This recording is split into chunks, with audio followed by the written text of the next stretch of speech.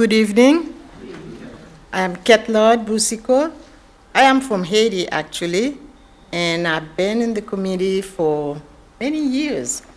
And I've been to Haiti several times when things were good. But in the past few years, we have not been able to go, and the medical missions is kind of operated on the backside, but we still help with the support of our St. Francis Parish. Hello, everyone. My name is Dan Simmons, and I've been involved in the committee not nearly as long as Ketlard. I think I joined 2023, and I was really inspired to join by actually one of Father John's homilies. And he was preaching about a passage from Micah, to do justice, love mercy, and walk humbly with your God. And I'm a pharmacist by training and have a background in public health. And I had been looking for ways to kind of give back and do more. And I think that homily really inspired me that I wanted to get more involved. I was looking for an opportunity, and another one of Father John's announcements, he mentioned that the Haiti Committee was looking for members, and I joined the committee, and it's been a wonderful experience, and it's really helped me to grow in faith. And Pope Leo said we talked about in the first talk, he had a quote in the Delixite that says, "Charity has the power to change reality," and I know that being part of the Haiti Committee has really helped me to grow in faith. Hi, my name is Pete Carlson, and I've been involved with the Haiti Committee since around 2013. I initially joined because they asked for people to help with the coffee, and I thought, hey, that's great, I can help sell coffee. And I also really thought it was a great thing that we could do the fair trade to kind of help give the poor people of Haiti a living wage that would help to lift them and elevate them. I also did a little bit with the Hoops for Haiti for a little while, and then I got more involved. I just felt like it was such a great feeling to be able to support the poor in another way. Absolutely. So over the next few minutes, we're going to go through a variety of things. We were thinking we'll talk about the core areas where the Haiti Committee does work, and then we're going to give an update on some of the things we have planned in the future with our dental clinic that we're working to open. This is where our clinic used to be. I say used to be because we are in the process of getting a new building from the government. So they burned down the old one, and they're building a new one for services for the community. For many years, with the help of our leader as Pat Labuda, this clinic, St. Francis was able to send missions 3 to 4 times a year. This is one of the clinic where the members are working, and it wasn't a proper clinic like where you have triage room and everything. This triage took place on the back of the building on the porch, where we separate with curtains. One part was for the nurses and the other part for the provider with the patients. This happened 6 times a year in the past, and since COVID, we have not been able to provide that medical services in Haiti. But fortunately, with the committee and the help of the St. Francis Parish, they still get their medications there. Every quarter, medications for all the chronic diseases are provided. And also, we created a school that started from kindergarten and moved up to high school. The last year of high school, which called the philo year, so this is the school. That was part of the missions, part of what the St. Francis parishioner provide to these people in Haiti. Léon is a very remote city. There's nothing there. So if you go there, we walk on dirt road. The people don't have anything. The kids don't even have toys to play with. So this school was is like the future of that community. Those classrooms, provided, and at this moment, they go up to high school, and once they graduate, that was the graduations, and they can go on and seek for a better life. So all of this happened with the help of our community, and we really thank you. And I'm going to talk a little bit about the economic development. I think one of the things that Ketlard said that really resonated is it's the future of the community, the school. And so one of the things that Pope Leo said is the poverty endured by so many of our brothers and sisters cries out for justice, solidarity, witness, commitments, and efforts directed at ending it. So the Haiti Committee doesn't just send money. We do projects that help to build the community in our sister parish and give them opportunities. And I think Pope Leo said that one of the things I really like, the most important way to help the disadvantaged is to assist them in finding a good job so that they can have a dignified life. And that's a core thing we've been doing with the Haiti Committee. Ketlard mentioned the school and the clinic. By supporting the salaries of those teachers and the workers at the clinic, it creates jobs in the community. But also you'll hear about some of the work building and renovating the church and the rectory that creates good jobs for people to do construction, and that money stays in the community. It gets spent at local businesses, and it helps to kind of grow the community and the economy of the area. And in addition to that, we have the Just Haiti coffee program. And I think that was my first introduction to the Haiti Committee, is seeing the coffee sold here. But it's so much more than just selling coffee. It's really about doing justice for the people there. The Just Haiti program has a collective of growers throughout the area, including at our sister parish. And they grow coffee that is then sold at much higher prices than they would get from kind of speculators. We buy it fair trade, bring it to the U.S. where it's roasted and then sold across the area. And it's a nonprofit, and all of that money goes back to the community. So the farmers have dignity, they have a job and a career growing this coffee. So every time you buy the Just Haiti coffee, that money goes back to the community. They've also set up microloan programs where money can be given to people to help improve their farms for small projects. And it's been shown to be very effective for helping people really grow opportunity.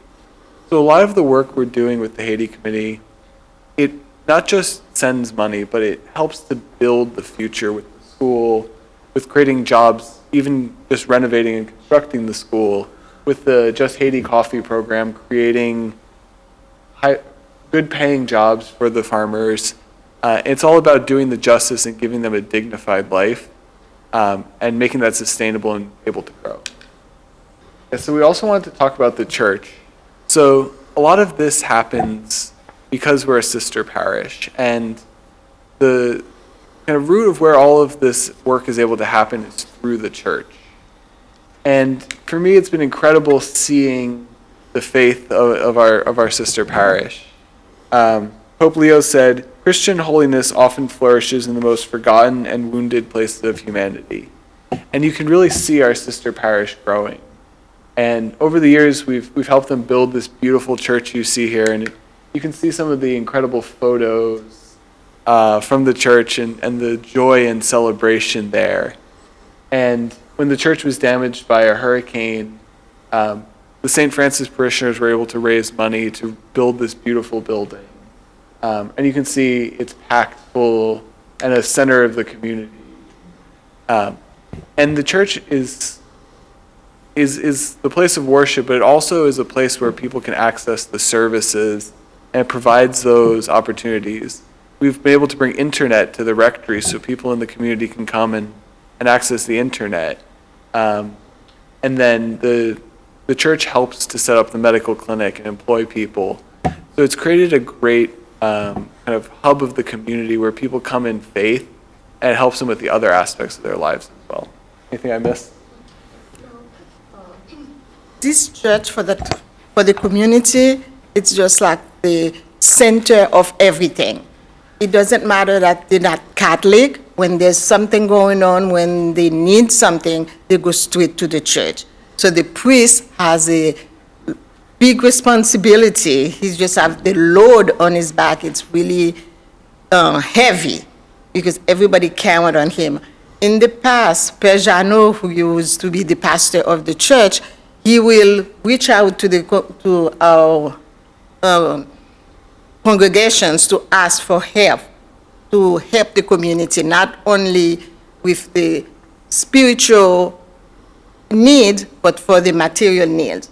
You know, one of the hurricanes destroyed the village. So we had to come up and provide and help them buy material to put a roof on their houses. All of these are part of what the church is doing in that community. Like I said, it's the center of that town. There's no other place for them to go for needs, for anything but the church at this moment. What I've always loved about seeing all these photos, I haven't been able to go yet since, we haven't been able to go since the pandemic, but just seeing the faith and joy of the people, and no matter how dire the circumstances are, they're there worshiping the Lord and having such strong, incredible faith. And that's always been an inspiration to me that our brothers and sisters in Haiti, no matter how bad the situation is, they believe in the love of God, and they've made the church the center of their community.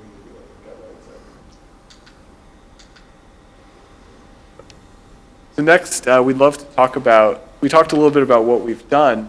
We'd love to talk about what we have coming. Yeah, so we're kind of in a transition now. We've been providing a clinic, and as Ketlard alluded to, the clinic has been torn down, and they're actually getting a new one built with help from the Haitian government as well as the World Bank. Traditionally, they've had a dentist that would come occasionally that would do teeth extractions, but he was kind of a part-time dentist, and he wasn't there all the time, and they currently don't have a dentist on staff. So one of the things we're looking at doing is hiring a full-time dentist that would initially do teeth extractions, but then also add other services over time to kind of help the needs of the community with teeth cleanings, and cavities, and other things. But we also want to add in oral education as well at the school to kind of help some of the students at the school to kind of get some of that basic information of how do I brush my teeth, how do I do the basic things that we do here in the U.S. And then this is just kind of an overview of the history. So in the 1950s, the Haitian government built a really basic clinic in Léon. I don't know if you ever saw it. Do you know when they built it? So, and then in 1986, the twinning relationship started between Léon and here in St. Francis, and Pat Labuda was the main driving force with that, where they voted here at St. Francis to start with the twinning relationship. And then in 1987, 1988, St. Francis started writing letters asking Léon how we could help them and how we could serve each other. And then in the early 1990s, St. Francis started doing a collaboration between the local Haitians, Pat Labuda, and Dr. Frank Nice, who was a pharmacist, and then they started sending medical teams down there to Haiti twice a year. And then in the mid-1990s, they also established a relationship with the Seattle King County Disaster Management Team, which is now called Global Health Teams. And that added in a bunch of other highly trained doctors that would go down there, as well as nurses and pharmacists, to provide medical missions and teams of doctors and nurses to help the people down there in Haiti. And then in the early 2000s, before COVID, they also had medical teams that would make 5 week-long trips there each year. And this is just kind of give you an overview of the staff that they have at the medical clinic currently. They have 4 government-appointed staff, so they have 2 doctors, including one that's an intern, as well as 2 nurses. And then they also have a pharmacist, an archivist, a bacteriologist, health agent, 2 housekeepers, and a security guard. And then Father Michel Reme, who is the pastor there at St. Paul's, he serves as the administrator. One thing I wanted to add to what you said, all of these people here are thanks to the support of the parishioners at St. Francis. So the people here make all of these important employees at the clinic possible. And then this is just a kind of an overview of the services that they provide at the clinic. It's mainly a lot of preventative care, but they offer so many things that are so important to people there in Haiti. Malaria tests, vaccinations, pediatric care, infant, supplementation, all these things that that if we didn't provide them, they wouldn't basically get them. And the parish is growing. They delivered, I think, 9 babies last month. Oh, cool. So it's a growing parish. And then these are just a couple of pictures of the old clinic, that we mentioned before it got torn down. We're building in the new one. And then these are some of the treatment rooms that were in the old clinic, as well as a laboratory and a pharmacy. They do all the medical records still on paper, so that's just to kind of show you a picture of all the medical records they have. And like I alluded to, they did have a dentist for a short period of time, but they currently do not have a dentist on staff. But the dental equipment they have is very primitive. They have a chair, and they have they have like an air compressor and a pressure cooker, basically, that they were using to disinfect things. So for us to bring a dentist back, we're going to have to get a lot more modern equipment to kind of help them be able to do proper sterilization of equipment and everything. And then this is kind of a rendering of what the new clinic will look like on the right side there, which is kind of exciting. It looks like a pretty nice building. We're excited to see what it looks like when they get more pictures of it. And then this is kind of our overall dental service plan. So initially we worked with the Haitian Health Foundation to kind of get some ideas as to how would we provide dental services to the people of Léon. Dan Simmons and myself, we were asked to do a dental committee last year, so we've been working together on that. And so we established a lot of meetings with the Haitian Health Foundation, and they gave us a lot of information as far as like, what kind of budget do you need? What people do you need to hire? Like what sort of planning do we need to do? So we did a lot of that, and that's actually how we got some of this information about the clinic, which was great that we weren't even aware of. So we did that part, and then in the short term, we want to kind of help the local community by hiring a local dentist in Jeremy that would help us to kind of start the process of getting a dentist in there, and then also working with them to purchase a lot of the equipment.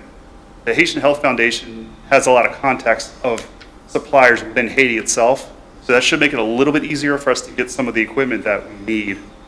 Hopefully, anyway. I think. We'll see.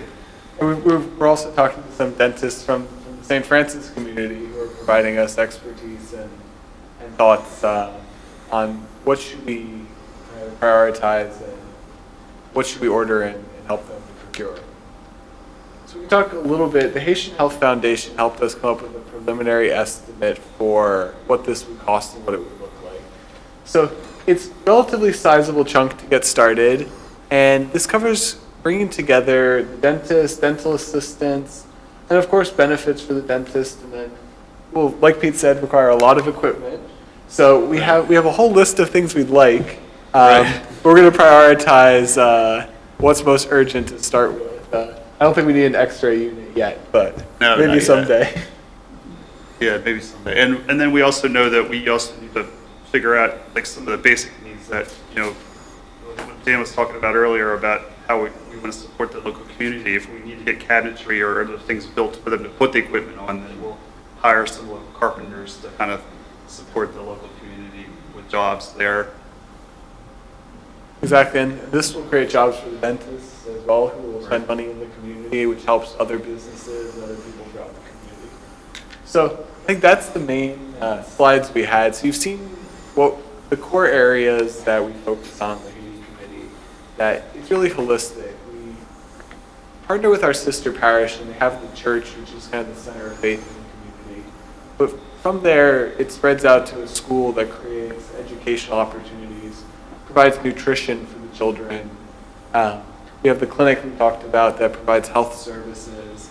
And all of this, alongside the coffee program, is really creating economic opportunities in the community.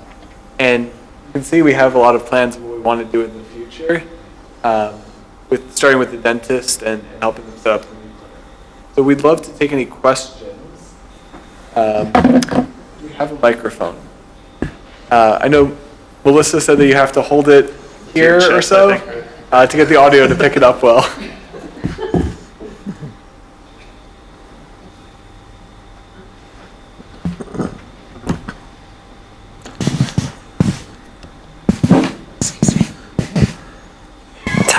Is this working over? Yes, Okay. I wondered how big's the geographic area of Léon? Or is it huge? No, it's a small town. It's like Petersburg, maybe small. But I think one of the slides said it served 90,000. It's only one road, one street road, so there's no big anything over there. So it's very small, and everybody can, kind of look at it in one area. You go in, the houses on one side. So from that street going down, you hit everybody in the town. And the clinic estimated that people will come from like the surrounding area. So about 90,000 people are in their general area that they provide care for.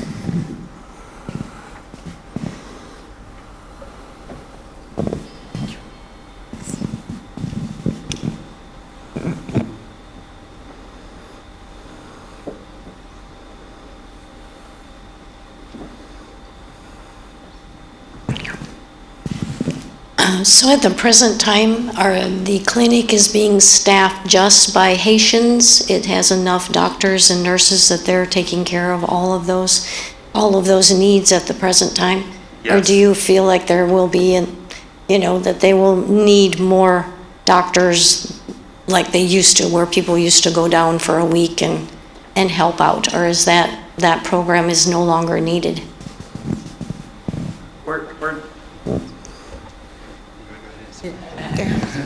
For many years, we were working toward having this Haitian clinic standing on their feet and have everybody be able to help. And they did a pretty good job while we are absent. But the need is so large that they are not, and they don't have the resources to continue on their own. So they will always need our help, our support. But at this moment, the Haitians, doctors and nurses, if they are in the clinic, they're able to provide. The medication that sent every quarter are distributed by the nurses. So when they call it there's a clinic, I forgot the word they use. They have everyone who has a card and have the medications come in on certain days, and they give them their chronic medication so they're not out of the medications for a long period of time. If we didn't do this, I don't know what they would do, because there is no resources for them to get those medications. So they all come from the support from St. Francis.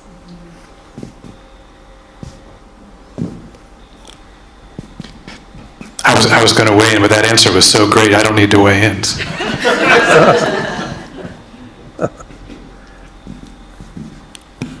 I want to talk about a little bit about how the schools had to expand because of the governmental situation and the fact that Haiti is really a failed state. In the past couple of years, the gang took over most of Port-au-Prince, the capital, the city of Haiti. So a lot of people fled the capital, and many of them ended up in Léon. That's when Perjano was the pastor, and he cried out to us, so how many people came to that small town, and he had to embrace them. He could not turn anybody down. So the school number jumped up, very large in a short period of time.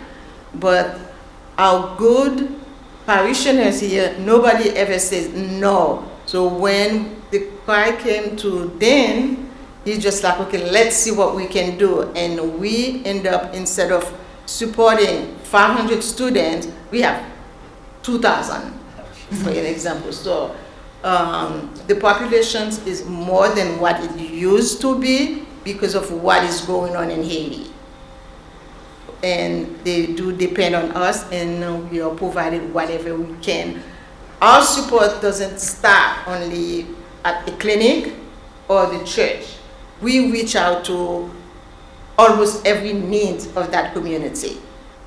Once the pastor reach out to us and ask for help, we try the best we can to respond. And they really depend on us, and they're really grateful for the help that they receive from our parish.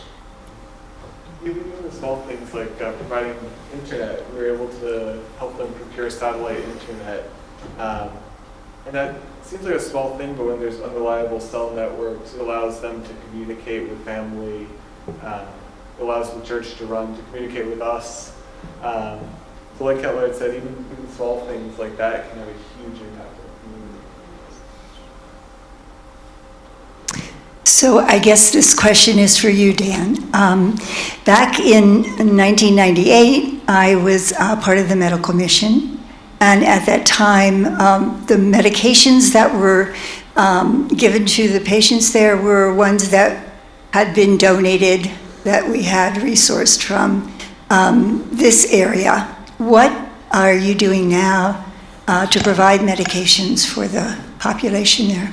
So there's really two, I think, routes. There's one, global health teams that we mentioned earlier. They help procure a lot of the chronic medications in the U.S., and they have kind of procurement channels. They're able to get medications there. And then for things that are available in Haiti, the pharmacist there, he's able to go into the city of Jeremy and procure some of it from pharmacies and places there. So we kind of have a two-channel approach. Thank you. Yes, like Ketlard said, the bill comes to us no matter where the medications come from.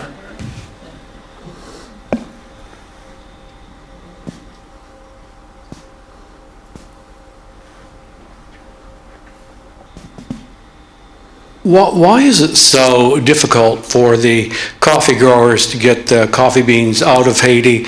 And in general, why is transportation to and from Haiti so difficult when, we see it happening quite freely in some parts of the world, but it seems like it's real impediments with Haiti? But at this moment, it's because of the crisis in Haiti with the gang. The airport is closed, the main airport in Port-au-Prince. It's been closed for almost 2 years now. And there is no other way of transportation to get these coffee beans over here. For the past 2 years, we were able to get some. I don't know how they managed to get them over here, but now we're really in the limbo, and we don't know exactly when we will be getting this coffee. From Port-au-Prince to communicate with the other cities, with the other town, it's almost impossible. People don't travel much. They go, they stay where they are. Like I have a niece who used to be in Port-au-Prince. He moved to one of the towns, and he stayed there. He had to find school for her sons because there is no way of going from one city to another, one town to another. It's because the gang took over the country. And what's going on now, it's very disturbing, and you don't see the way out of that situation, because politically, they're not helping. So we are just relying on good Samaritans, we're relying on the heart of the other people who can help, with humanitarian help.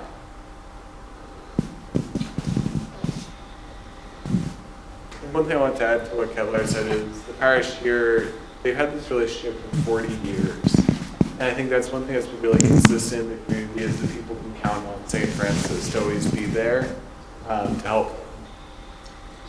Yeah, and with the support of St. Francis, we were able to help them build a security wall around their school to kind of protect their students as well from a lot of the outlying gangs that were coming in from the other areas.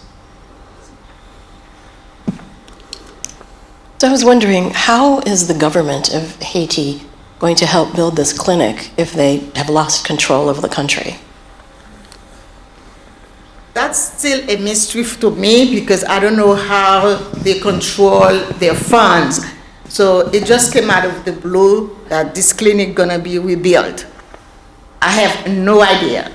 There are a lot of things, there's a lot of needs in Haiti that is not addressing, you know, and they decided to spend the money over there. I'm not sure if it's a governor or somebody that is, who knows the South, the area, who decided to do the clinic, but we don't have that information. That's detailed information to tell you. But one thing I know, once the clinic is back together, all the services gonna come back to St. Francis, you know, for the help that we help provided. The pharmacists over there usually go and check on the medications and let us know how much, you know, it's needed, whatever they can get in the local area. So they will get it and we pay for it. So the clinic doesn't go empty, for example, for Tylenol or something as simple as that. So we're gonna continue to see what help we can give them after the government. Can I say something? I mean, I'm sorry. So, I mean, the government functions to some extent, and for some things, and the World Bank still has a mission in Haiti. So, building projects can still happen. When we used to travel there, the one road along the southern peninsula, it was safe enough. I mean, it was policed, sort of, and bandits could get in trouble, but not now. It's just too dangerous. You wouldn't want to travel it. But there's still some services that function like building projects, and that's what the hope is with this new medical clinic. But I also, just real quick, suddenly that medical clinic that we saw the pictures of there was there, and then 1 week later it was gone, just gone. And right before it was demolished, Père Remy frantically called Ketlard and said, "Oh my gosh, they're going to start demolishing this place in 4 days. We need $4,000 to hire a bunch of people to come and move everything out and make a new temporary clinic." And so we were able to pull that money together, and that all comes from you. So yeah, the new clinic is, you know, a joint project of the World Bank and the Haitian government, but there's all these little ancillary costs, like the clinic is filled with things and stuff, and it had to be all broken down and rebuilt and repurposed in the parish center, basically. And there's no money for that, but the money comes from here immediately. We were able to wire it down. Père Remy was able to hire a bunch of people to do all the work to make that happen within like 2 days. And then 3 days later, the clinic is an empty field. But there's an ancillary clinic now functioning in the parish center. And you know, that's all money that comes. That's really unseen type money, but that's money that comes from St. Francis exclusively. Sorry, I just couldn't resist that story. I'll stop now.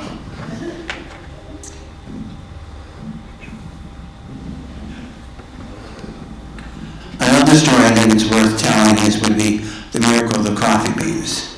I think it was last year. And then what the Haitian farmers decided to risk their lives and take the coffee beans to the airport in Port-au-Prince. They could have been stopped anywhere along the way by any of the gangs and killed. Miraculously, they got to the airport. Once they were there, and to try and figure some way to get them out. Miraculously, somehow all of those, how many pounds did they send? 13,000 pounds of coffee beans. Got them onto a plane, and they got to the United States where they could be processed. You know, if anything is a miracle, that is a miracle. So I think we should pray for that to happen again. You know, just ask our Blessed Lady, Queen of Haiti, help us to get the coffee beans out so the farmers can continue to get a living wage for the things. Otherwise, they'll be exploited by who knows who, and be able to get a living wage just to have what they need to be able to take care of their families. All right, so that's one thing I want us to pray for. Ask Our Lady for a miracle.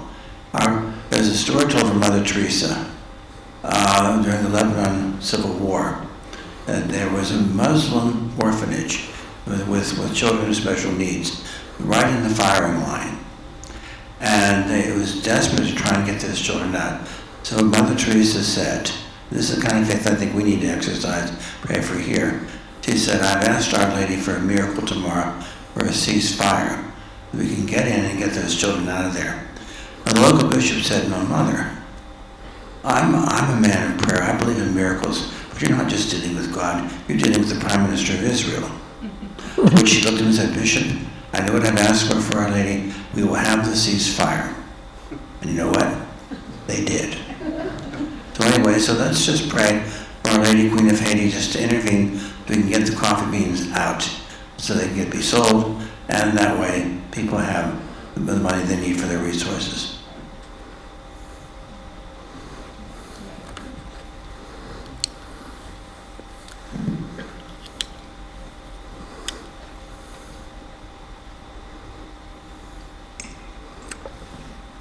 Quick question. Is there a route through the Dominican Republic? Can they go that way?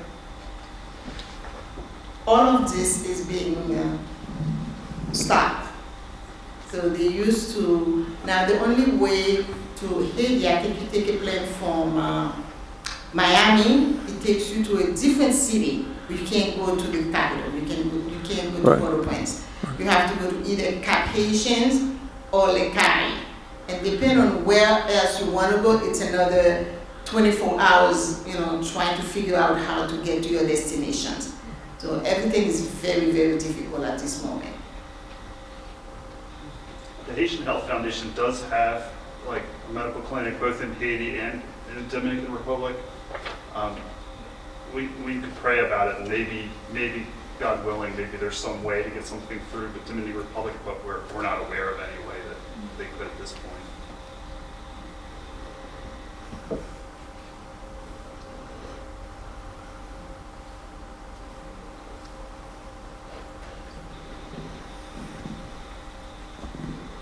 One of the things that Pope Leo spoke about in De L'exité was that serving and evangelizing, and then when the year of St. Francis was declared, to serve and evangelize like St. Francis. Do you have any examples from your experience on the Haiti Committee how you feel that serving and evangelizing in this work has deepened your own spiritual life?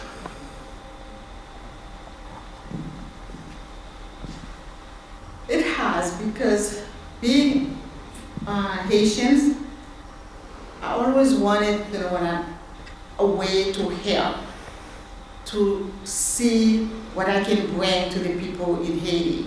When I came here, I was very young. My goal was to go to medical school, be a doctor, and then go back and have a clinic in one of those remote areas. But that did not happen for me. But by being in this community, by being a member of the Haitian Committee and have the chance to go to Haiti, I think it's part of what I'm supposed to be doing, what my faith is driving me to. When I went to Haiti the first time, it was a blessing to me and to the community. Not only I helped the team by translating and everything, I had the opportunity to deliver the baby. This lady came, she was pregnant. Nobody knew that she was pregnant. And I said, we can't send her away because even though the clinic doesn't do that, we don't have delivery in the clinic. But we were able to deliver that baby, and she's here, and I'm her sponsor now. I think she's 7 years old. She's supposed to be my daughter. That's what they call her. So my faith, being in this community, is just like pushing and giving me a boost to my faith and to what I was supposed to do. And I'm grateful for where God put me. I would say I've also grown tremendously in faith from having been part of the committee. I mentioned earlier in the beginning that I was really looking for a way to use the gifts that God had given me. And this committee gave me the opportunity to really to give back, but it also helped me to grow in faith. And I think those pictures of the church are one of the things that really inspires me, that even in the darkest of times and when people are struggling, they have this overwhelming faith. And I think that's been a real example to me is if people struggling with kind of some of the worst situations in the world can have this deep love and faith in God, it's inspired me to deepen my faith. And I think Pope Leo talked a lot about that in the Lux Vitae, that in serving the poor, you also grow in your own faith. And it's kind of sharing that love that Jesus shared with us, with others. And so it's definitely helped me and inspired me to get involved in more things, and to really start thinking more about reading the scripture and deepening my faith. So I'll say it definitely has been really impactful for me. I would say definitely made my faith grow as well. We set up a WhatsApp chat with a lot of the people of Haiti when we were starting to try to set up this dental clinic. And what really struck me was how happy and thankful they are every time we could have a simple basic conversation with them. Made me realize that even in the midst of all their poverty, they have so much joy. And then kind of made me realize kind of what St. Francis did too with serving the poor and how, kind of helped him grow in his faith.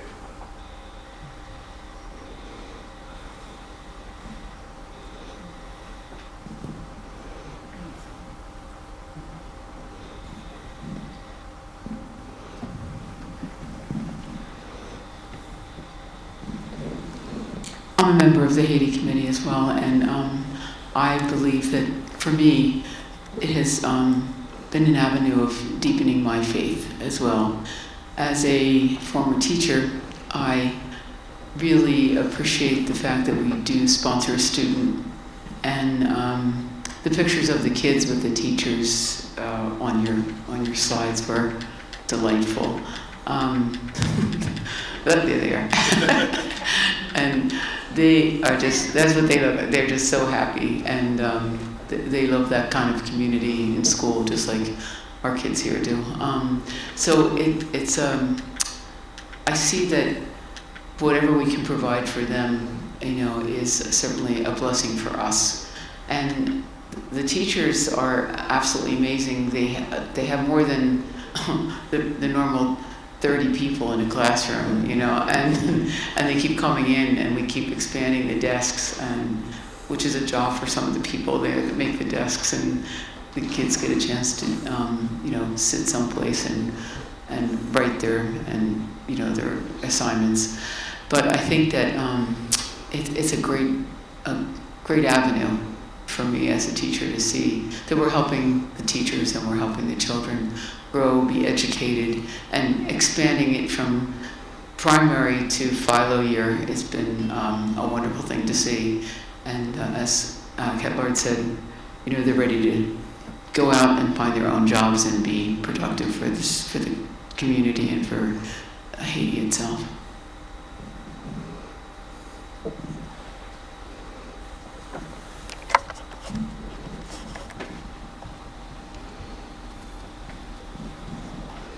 One of our partners for many years were the Sisters of Charity of the Blessed Virgin Mary in Dubuque, Iowa. I'm not even sure how we made that connection, but we did.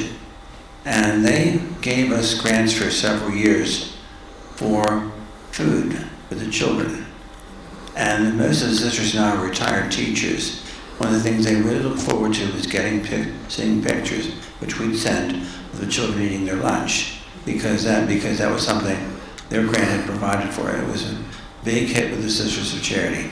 When that partnership has not been able to continue for various reasons, but I want to say, but publicly, we could just thank the sisters for their great support for us and their wanting to extend their educational mission to this generation of children who will greatly benefit the fact that they're able to have food in their stomachs while they were studying.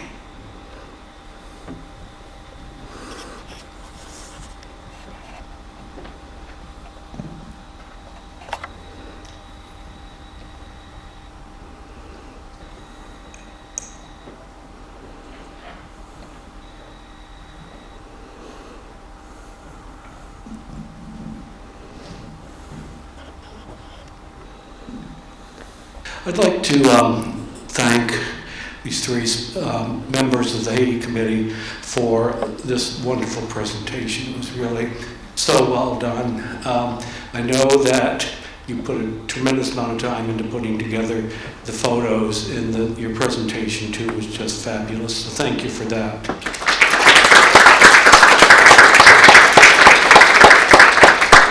And I'd like to end with a short prayer. Lord Jesus, we thank you for the work that you're accomplishing through the people of St. Francis and working with those in Haiti so in need of help. We thank you for the generosity, the extraordinary generosity of the people of St. Francis Parish. It's so amazing and gives us such great gratitude. And we know it's because your Holy Spirit touches the hearts of so many people here. And we thank you for that. Amen. Amen. And while I have your attention, we have this project that we're doing for the year of St. Francis, encouraging people to read a book on St. Francis. We have 7 titles suggested on the back, given to us by a Franciscan priest. So we're trusting in the utility of them, and many of them are pretty short. So for you to gather together a group of people to do the discussion. Now, the Haiti Committee is a perfect example of a group that's already together that could do a book and discuss this. And then in the fall, we're going to get together and have the various groups that have done this share with each other what they learned, and we'll do that with refreshments. So this is an opportunity. Please pick these up. And then we also have many more copies of De Lex Aetate. I Have Loved You, Pope Leo's apostolic exhortation on the love of God for us. So please get one of these. They're really helpful. They've been condensed by one of our earlier speakers, and they're really helpful. Okay?